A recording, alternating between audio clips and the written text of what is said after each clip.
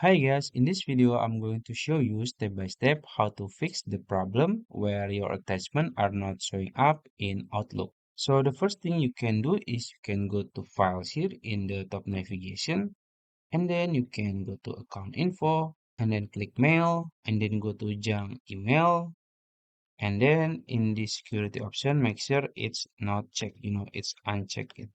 So you can uncheck it and then click save. After that, you can check if it works. And if it still doesn't work, we're gonna go to the other method. So in the setting page, you can go to compose and reply here. And then make sure in the compose message in, you can choose HTML format. And then click save.